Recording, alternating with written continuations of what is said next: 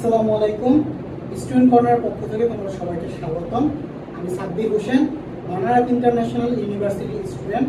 আজকে আমরা আলোচনা করব SP2 সংকরায়ন ও SP সংকরায়ন সম্পর্কে।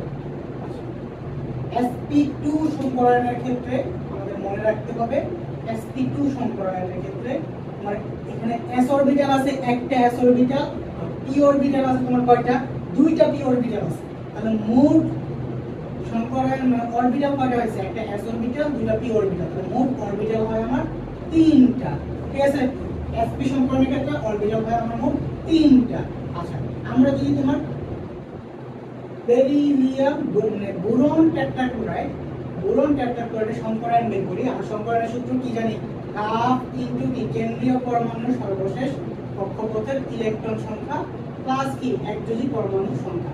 আচ্ছা, এখানে তোমার কেন্দ্রীয় পরমাণু কি হবে? তোমরা জানো ক্লোরিন হচ্ছে তোমার কি একযোজী পরমাণু, কারণ ফ্লোরিন, ক্লোরিন, ব্রোমিন, আয়োডিন সবগুলো যোজনী হচ্ছে তোমার এক।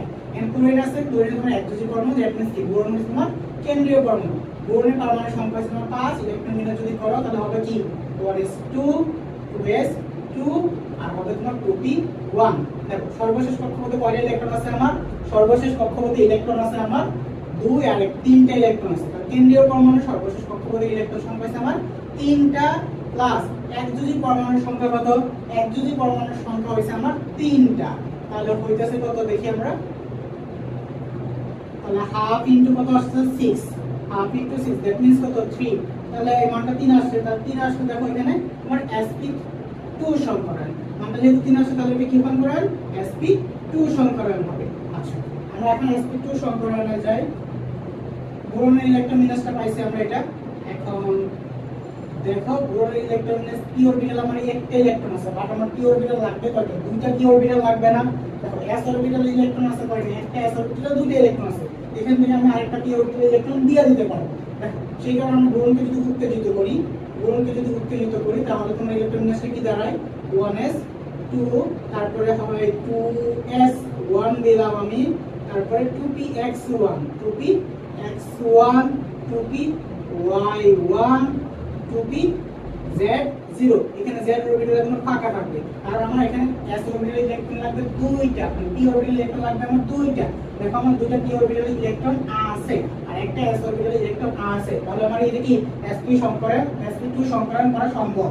আচ্ছা, SP2 সংকরায়নের ক্ষেত্রে তোমার অরবিটাল লাগতে হবে তিনটা, একটা দুইটা তিনটা, দুইটা একটা আর এই যে একটা, তিনটা অরবিটাল লাগবে। ঠিক আছে, তারপর দেখো s এ কয়টা ইলেকট্রন আছে? s এ ইলেকট্রন আছে তোমার একটা, দিলে একটা ইলেকট্রন। দেখো px এ একটা ইলেকট্রন আছে, px এ একটা ইলেকট্রন, py এ একটা ইলেকট্রন। আমরা জানি একটা অরবিটালে দুইটার বেশি ইলেকট্রন দেওয়া যায় না, তাই এখানে একটা একটা করে ইলেকট্রন দিছি। সেই কারণে দেখো ক্লোরিন আছে, তাই না? ক্লোরিনের পারমাণবিক সংখ্যা হইছে আমার 17। ইলেকট্রন বিন্যাসটা যদি করি তাহলে দাঁড়ায় কি 1s2 2s2, তারপরে হয় কত? 2p6, 10টা হয়ে গেছে। তারপরে 3s2 আর হয় 3p5, 17টা ইলেকট্রন হয়ে গেছে। দেখো ক্লোরিনের শেষে কিন্তু তোমার কোন অরবিটাল? ক্লোরিনের শেষে আমার p অরবিটাল। আচ্ছা, ক্লোরিনের সর্বশেষ কক্ষপথে 7টা ইলেকট্রন। তাহলে একটা ক্লোরিন একটা ইলেকট্রন গ্রহণ করে, আর এখানে আমার ক্লোরিন আছে দেখো কয়টা? 3টা ক্লোরিন আছে। 3টা ক্লোরিন 3টা ইলেকট্রন গ্রহণ করবে। আচ্ছা, এখানে একটা ক্লোরিন দিলাম, এখানে একটা ক্লোরিন দিলাম, এখানে একটা ক্লোরিন দিলাম। দেওয়ার পরবর্তীতে আমরা হাইড্রোজেন গ্রুপ এখানে কি গুল্লা ইউজ করছিলাম, তাই না? এখন দেখো এখানে তোমার কি আছে? p অরবিটাল আছে। p অরবিটালের ক্ষেত্রে তোমার এখানে ডাম্বেল রাখতে হবে, এখানে আবার ডাম্বেল রাখতে হবে, এখানে ডাম্বেল দিয়ে দিতে হবে, এখানে ডাম্বেল দিতে হবে। ঠিক আছে, তাহলে SP মানে বেরিলিয়াম ক্লোরাইড সংকরণ শেষ হয়ে গেল আমাদের। অনেক সহজ না? একদম সহজ। আশা করি এটার আকৃতিটা তোমাদের মুখস্থ করতে হবে। আকৃতিটা হচ্ছে আমার ত্রিভুজাকৃতি, ত্রিভুজাকৃতি। আচ্ছা, এর বন্ধন কোণ আছে, বন্ধন কোণটা হচ্ছে তোমার 120 ডিগ্রি। বন্ধন কোণটা কত? বন্ধন কোণ হচ্ছে তোমার 120 ডিগ্রি। আশা করি তোমরা সবাই এটা পারবা। আমাদের SP2 সংকরায়ন শেষ হয়ে গেল, আমরা এখন SP সংকরায়ন করব। স্ক্রিনশট দিয়ে রাখো, পরবর্তীতে যেন তোমরা করতে পারো।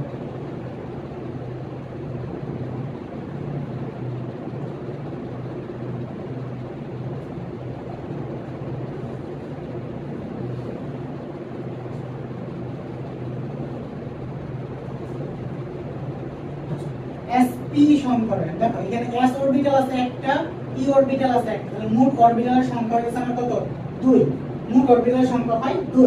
আচ্ছা বেরিলিয়াম ক্লোরাইডের ক্ষেত্রে যদি দেখি, বেরিলিয়াম ডাইক্লোরাইড এটার ক্ষেত্রে তোমার দেখো ক্লোরিন আমরা জানি একজিক পরমাণু, দ্যাট মিন্স কি পুরো বেরিলিয়াম হচ্ছে আমার কি কেন্দ্রীয় পরমাণু, বেরিলিয়ামের পারমাণবিক সংখ্যা হচ্ছে 4, ইলেকট্রন বিন্যাস যদি করি তাহলে হয় OS2 2s2 আর 2p0, কিন্তু কোনো ইলেকট্রন থাকে না নরমাল ভাবে। আচ্ছা তাহলে সর্বশেষ কক্ষপথে কয়টা ইলেকট্রন আছে, সর্বশেষ কক্ষপথে আমার ইলেকট্রন আছে 2টা। তাহলে সূত্র যদি অ্যাপ্লাই করি বেরিলিয়াম ক্লোরাইডের হাফ ইনটু কি কেন্দ্রীয় পরমাণু সর্বশেষ কক্ষপথে ইলেকট্রন আছে তোমার 2 প্লাস এক্সিক পরমাণুর সংখ্যা আছে তোমার 2, তাহলে মান আসছে কত হাফ ইনটু 4, হাফ ইনটু 4, তাহলে কত আসছে সংকরণটা দেখো 2 হয়। 2 মানে কি তোমার দেখো এখানে sp সংকরণ হয়ে যাবে, তাহলে এটা কি সংকরণ হয় sp সংকরণ হয়। আচ্ছা দেখো এখানে তোমার p তে কোনো ইলেকট্রন নাই, p তে কোনো আমার কি ইলেকট্রন নাই, আমরা জানি কি sp সংকরণে একটা s এ ইলেকট্রন থাকতে হবে আর একটা p তে ইলেকট্রন থাকতে হবে। এখানে p তে যেহেতু ইলেকট্রন নাই সেখানে তোমার বেরিলিয়ামকে উত্তেজিত করতে হবে, সেখানে বেরিলিয়ামকে উত্তেজিত করে আমরা একটু দেখি কি হয়। 1s2 2s এই দুটো ইলেকট্রন ছিল, এখান থেকে একটা ইলেকট্রন তোমার p অরবিটালে চলে যাবে, 2s 1 হয়ে গেল, তারপর কি হবে 2p x1 আর হবে তোমার 2p y1 আর হবে তোমার 2p z, sorry 2p y0 হয়, 2p y0 আর 2p z0। এখানে py আর pz এর কোনো ইলেকট্রন থাকে না, দেখো py আর pz এর কোনো ইলেকট্রন নাই আমার।